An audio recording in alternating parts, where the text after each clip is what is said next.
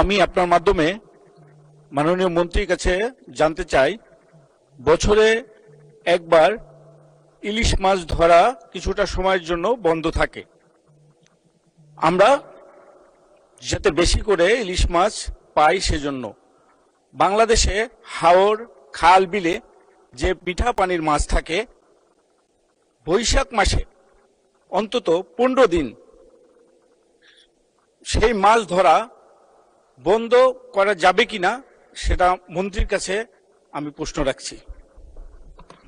মাননীয় মন্ত্রী। ধন্যবাদ মাননীয় স্পিকার। আমি এই মাননীয় সংসদ সদস্যকে ধন্যবাদ। এই সংসদ সদস্য মাননীয় স্পিকার জাতির অ্যাসেট হবে।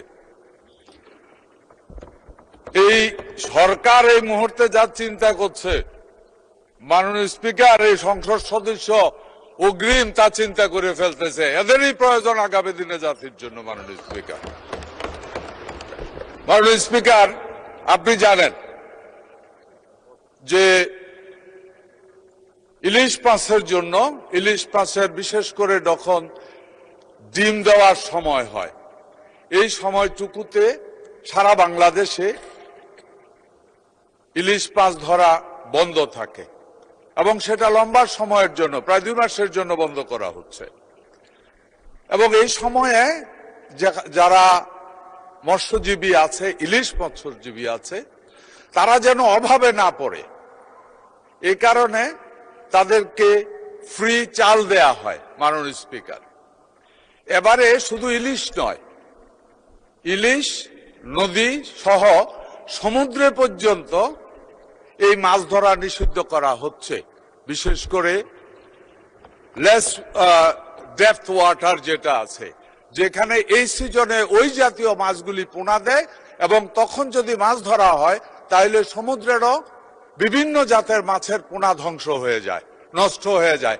এই কারণে ওইটাও বন্ধ করে দেওয়া হয়েছে। উনি জানতে চেয়েছে হাওরে বা জলা মিঠা পানিতে এটা কোনো বন্ধ করার, নির্দিষ্ট সময়ে বন্ধ করার কোনো পরিকল্পনা আছে কিনা।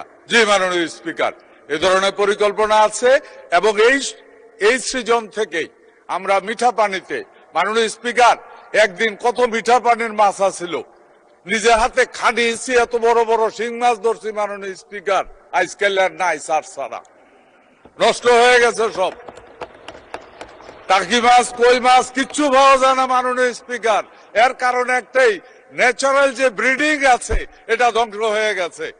এই কারণে এই সরকার, এই সচেতন সরকার, এই কৃষক প্রেমিক সরকার, সাধারণ মানুষ প্রেমিক সরকার যেটা করছে মাননীয় স্পিকার, এখন থেকে বিলের মধ্যে আমরা একটা কি বলে এটাকে, ফ্রি জোন,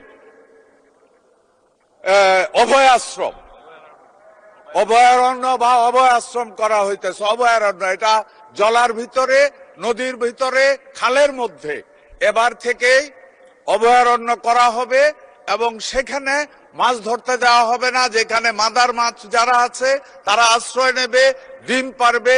আগামী দিনে বাঙালি আবার তার পুরানো ঐতিহ্য ফিরে পাবে। ডুলা ভরা মাছ থাকবে, পুকুর ভরা মাছ থাকবে। মাননীয় স্পিকার, ধন্যবাদ আপনাকে।